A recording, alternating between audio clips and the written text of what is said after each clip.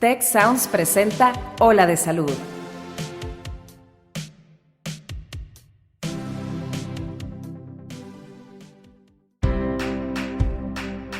Esto es Ola de Salud. Yo soy Fernando Castilleja. Y yo soy Marcela Toscano. Y aquí comienza tu ruta de bienestar.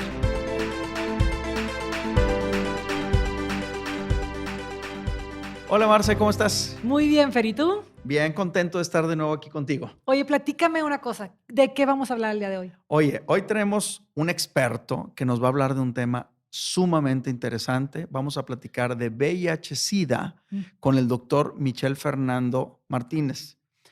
Michel Martínez, es infectólogo y es profesor de medicina interna y de infectología dentro del sistema TecSalud de la Escuela de Medicina y de Ciencias de la Salud del TEC de Monterrey. Y además es director de la Unidad de Vigilancia Epidemiológica Hospitalaria de los hospitales de TecSalud. Y es un experto en enfermedades infecciosas y, por supuesto, un experto y guía a nivel nacional e internacional sobre estos temas de VIH y SIDA. Michel, bienvenido. Hola, buenas tardes. Buenas Qué tardes, gusto Marce. tenerte aquí. Gracias por Buenas estar tardes, aquí. Fer. Oye, Michel, ¿qué es el VIH-Sida? O sea, vamos a empezar por definir de qué estamos hablando. Se trata de una enfermedad infectocontagiosa asociada a un virus. Es un virus RNA que tiene una particularidad que a través de una enzima se convierte en DNA y ese lo permite acoplarse perfectamente a las células, principalmente el sistema inmunitario. Esto le confiere la habilidad para escapar de este sistema y hace difícil su detección y control de la enfermedad. O sea, es un virus que por ciertos mecanismos propios de él, como que un tipo de inteligencia genética propia, se mete a la célula y es indetectable por el sistema inmunológico que de otra manera lo atacaría. Exactamente. Okay. ¿Y esto qué trascendencia tiene en el ser humano? Que es una enfermedad cuyo periodo tanto de incubación, replicación y persistencia puede ser tan largo, en promedio a 8 años, de 5 a 8 años para llegar a su fase final. Por lo tanto, durante todo ese periodo, la persona contagiada es capaz de transmitirla subsecuentemente. Esto hace que su tasa de transmisión sea considerable y más porque va asociada a una conducta social que es la sexualidad. Porque en ese periodo de tiempo el paciente no se siente mal. Exactamente. ¿Y además es indetectable en los estudios o En nada la más no se siente primera mal? fase que denominamos primoinfección, solamente el 50% van a tener síntomas. Y los síntomas generalmente los van a asociar a un cuadro de resfriado común. O sea, no se va a No checar, se va no a va a checar. buscar la enfermedad y pues sigue haciendo su vida sexual Exactamente. como si nada. Y a partir de este momento, hasta que cae en la fase final que denominamos SIDA, Ujú. que es cuando las defensas están tan bajas que nos comenzamos a enfermar de cosas que normalmente no nos atacarían, puede pasar un periodo de entre 5 a 8 años. Muy largo. Y Michelle, déjame hacer una pequeña pausa porque tal vez las personas que nos están escuchando haya gente contemporánea, o sea, súper joven como nosotros, Claro. pero tal vez haya gente mucho más joven también escuchándonos que no está muy relacionada con el tema, porque, no sé, por ejemplo,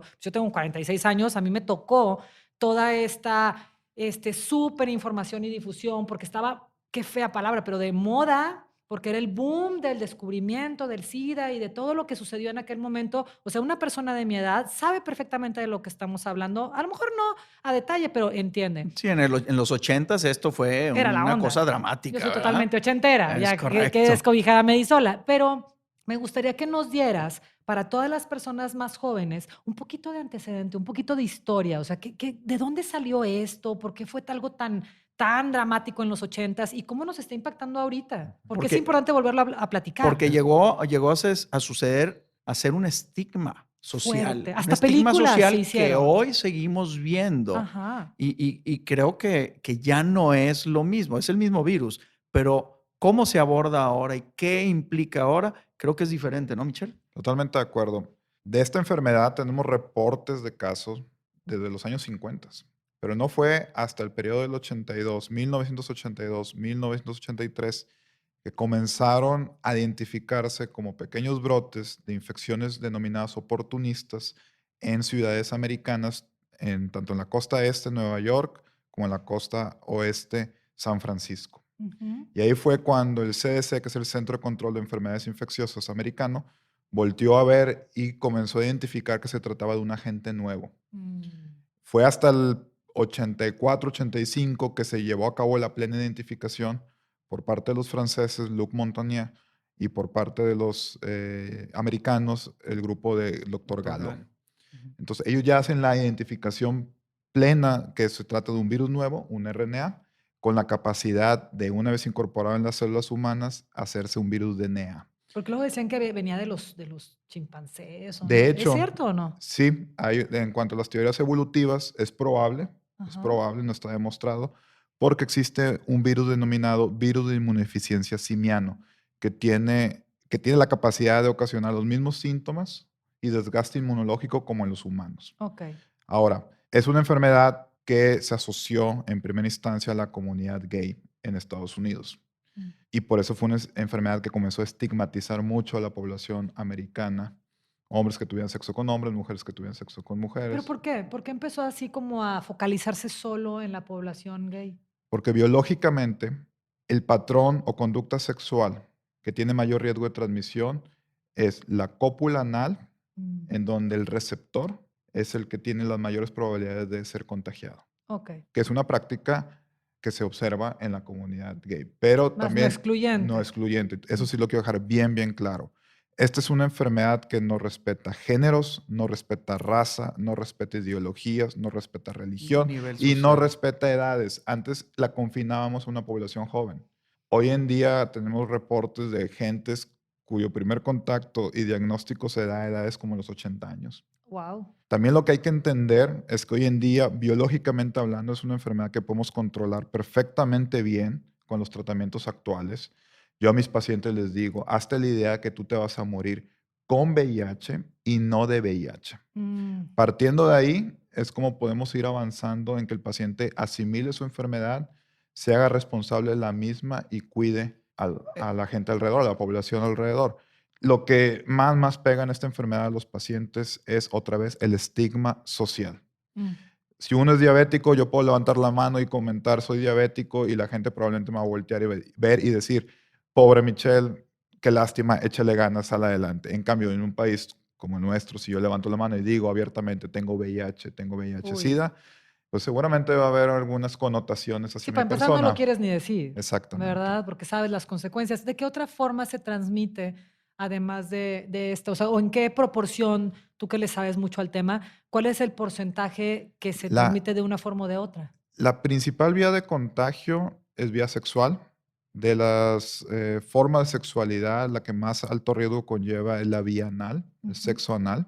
De ahí en fuera hay que tener en cuenta la transmisión por uso de agujas, ya sea de forma médica o sea de forma recreativa usando drogas. Okay. Por eso en Estados Unidos es un problema muy importante. El consumo de drogas inyectables es tan alto que incluso hay dispensarios de agujas nuevas en las comunidades de California, San Diego, San Francisco.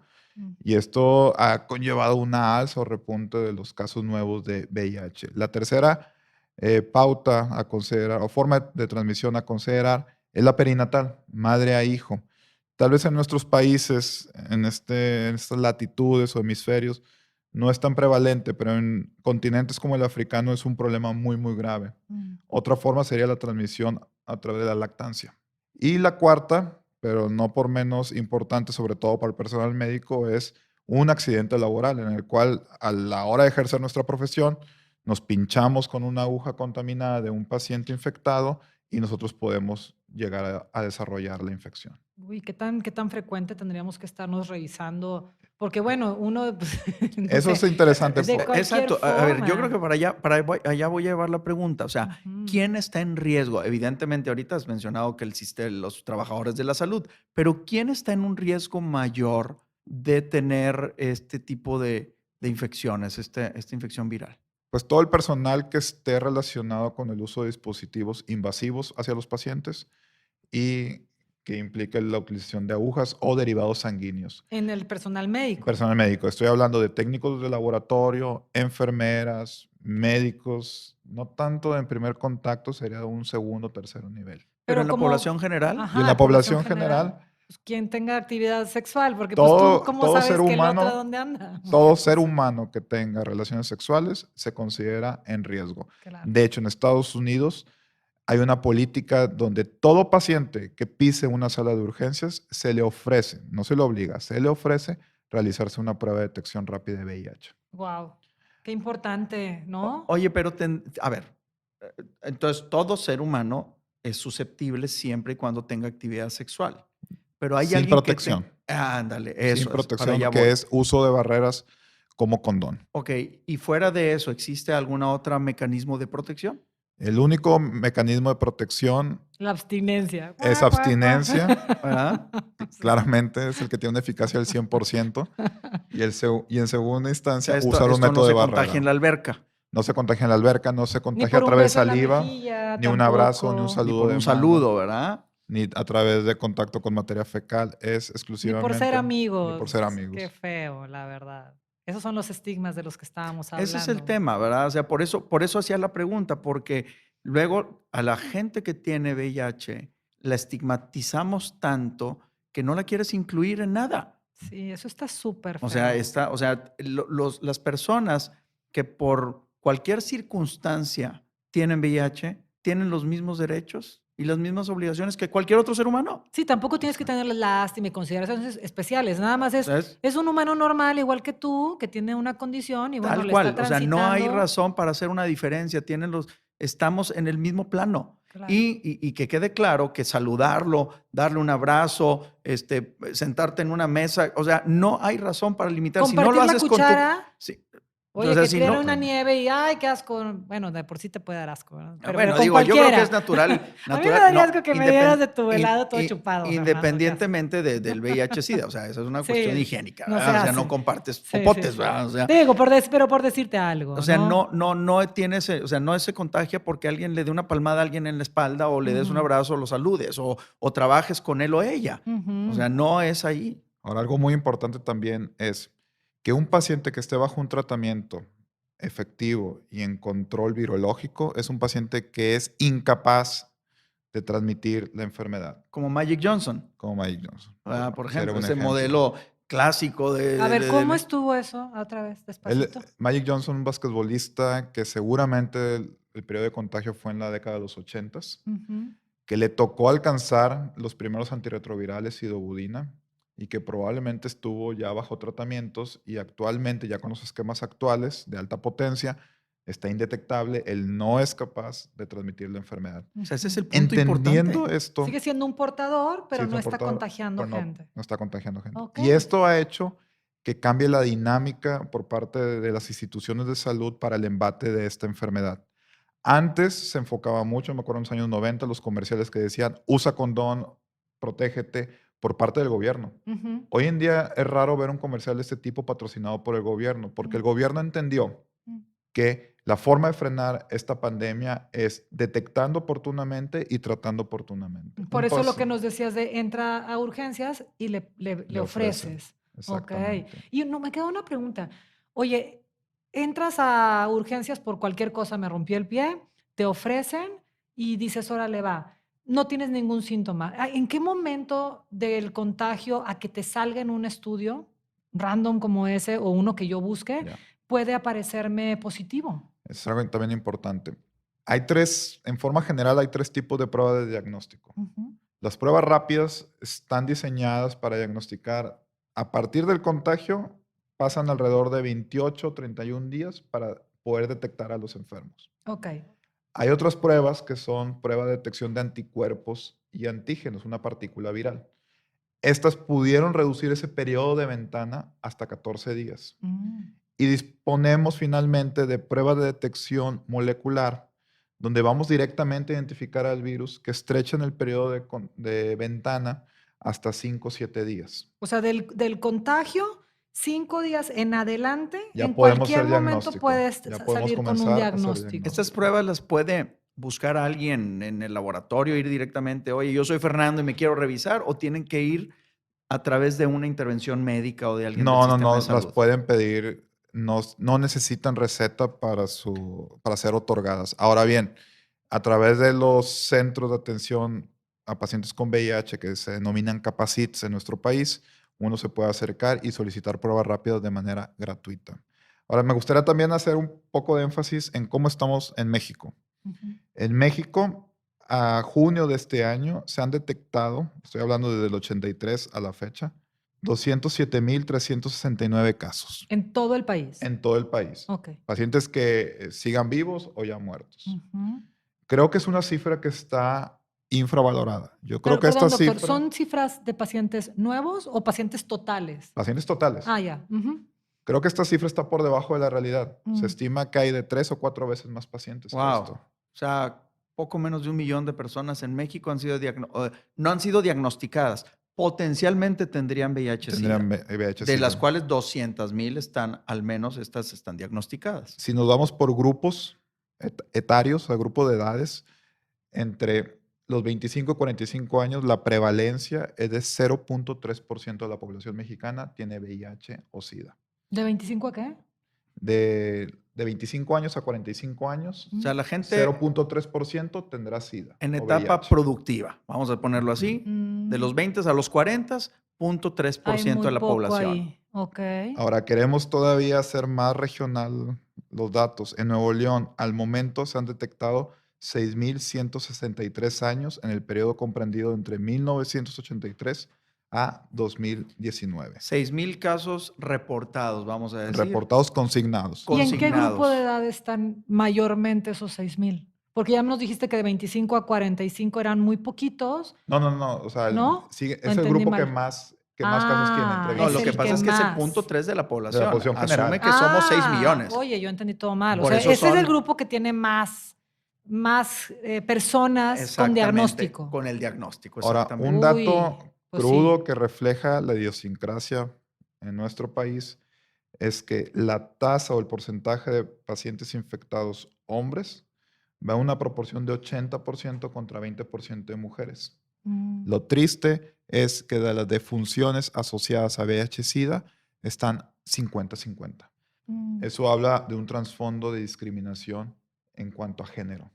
O sea, para una mujer es más mm. difícil en este país alzar la mano y decir, tengo Tengo VIH-Sida. VIH. Hace SIDA. muchísimo sentido por el tema de cómo manejamos la sexualidad en un país latino y particularmente en México. Pues hace mucho sentido que una mujer se acerque menos a pedir ayuda, se acerque Claro. menos a Exacto. decir, O sea, ya se porque la siente, o sea, tachan como promiscua sabemos y el mala grave mujer y- problema que tenemos de inequidad en género. Esto, pues, le pone un ingrediente terrible. Tremendo. sí. Terrible. Yo creo que una reflexión que podemos hacer sobre este tema es, vamos a educarnos, vamos a hablar, vamos, como siempre hemos dicho en esta mesa, en estas comunicaciones, pongamos el tema en la mesa, no le saquemos la vuelta, vamos a hablar de él de manera abierta y sin prejuicios, sin sesgos, sin etiquetas. Hoy el VIH-Sida es una enfermedad como cualquier otra crónica. Ujú. O sea, tú lo has dicho y lo dices de manera muy elegante. La gente no va a morir por VIH-Sida. Va a morir por VIH-Sida si no se trata. Claro. Si no se acerca, Si no se acerca y no se abre, trata. levanta la voz. Ahí sí. Ujú. Porque sí, ahí sí va a ser mortal. Y dices algo bien importante, Fer, que es esta parte de tomemos esta enfermedad de una forma madura y elegante, sin estigmas, sin, pues ¿dónde andaba, señora? Oye, pues para empezar, ¿qué te importa? Claro. Y en segunda, no claro. tiene nada que ver esa pregunta con la enfermedad, porque la pudo haber obtenido, como nos dijiste, Michelle, de muchísimas formas. Y no además, estamos ¿qué te hablando, importa, no? independientemente de que el principal mecanismo de contagio sea sexual, no estamos hablando en contra de la sexualidad, Ujú, sino estamos hablando a favor de la sexualidad responsable. claro. Exacto. La sexualidad donde la responsabilidad va en dos direcciones. Va con tu pareja y con la relación que ustedes tengan, que es una relación transparente y de respeto. De respeto no nada más en la parte emocional, sino en la parte médica y física. Y esto me brinca, y bueno, no me quiero regresar a otro capítulo, si ya nos escucharon, cuando hablábamos del tema del alcohol y cómo las personas más jóvenes y en particular las mujeres han estado tomando, pues incrementando su consumo de alcohol de forma desordenada, pues si lo cruzas, pues el consumo excesivo del alcohol te quita esa parte cognitiva y responsable para también manejar tu sexualidad, ¿verdad? O sea, creo que hay que Yo creo tomar que en eso hablamos cuenta del tema de y sexualidad casarlo ahí un responsable. poquito, porque pues es el grupo de edad que pues andas en la fiesta y demás. Entonces, pues separemos los temas. El tema del alcohol es el tema del alcohol y el tema de la sexualidad es otro, Pero si llegamos al punto de sexualidad responsable, pues hay que ejercerla cuando estemos de preferencia Yo en creo que nuestros 5 sexualidad sentidos. responsable y educación. Ujú, O sea, como dice Michelle, o sea, no es la campaña nada más ponte un condón. ujú. Es, si estás en un grupo De riesgo, de riesgo, busca un búscatelo. diagnóstico y trata. Ahora, Búscatelo. para puntualizar y finalizar, en cuanto al tratamiento, si hay algo bueno de ser mexicano, es que nos da derecho a un acceso universal y gratuito a tratamiento antirretroviral, Que es carísimo, que es ¿no? carísimo, pero a nosotros no nos cuesta. Wow. Y es tratamiento de primera línea. O sea, la gente que tiene VIH-Sida, que tiene la mala fortuna de haber sido contagiado, no importa si tiene dinero o no tiene dinero, Él tiene tiene acceso derecho derecho universal. al tratamiento como si lo estuvieran pagando en el Rockefeller Center en Nueva York. Totalmente de Michelle, acuerdo. déjanos, por favor, con un link a donde la gente que nos esté escuchando, dónde puede buscar ayuda, tanto para información, tratamiento, apoyo. A nivel de TechSalud se pueden acercar a la oficina de la Unidad de Vigilancia Epidemiológicas, ubicadas tanto en el Hospital San José como en el Hospital Zambrano, o al Instituto de Medicina Interna, localizado en el Centro Médico Zambrano Elion. Ok, Y, perfecto. y para la gente que no tiene acceso a nuestras plataformas, ¿dónde? La gente abierta, ¿dónde pueden ir?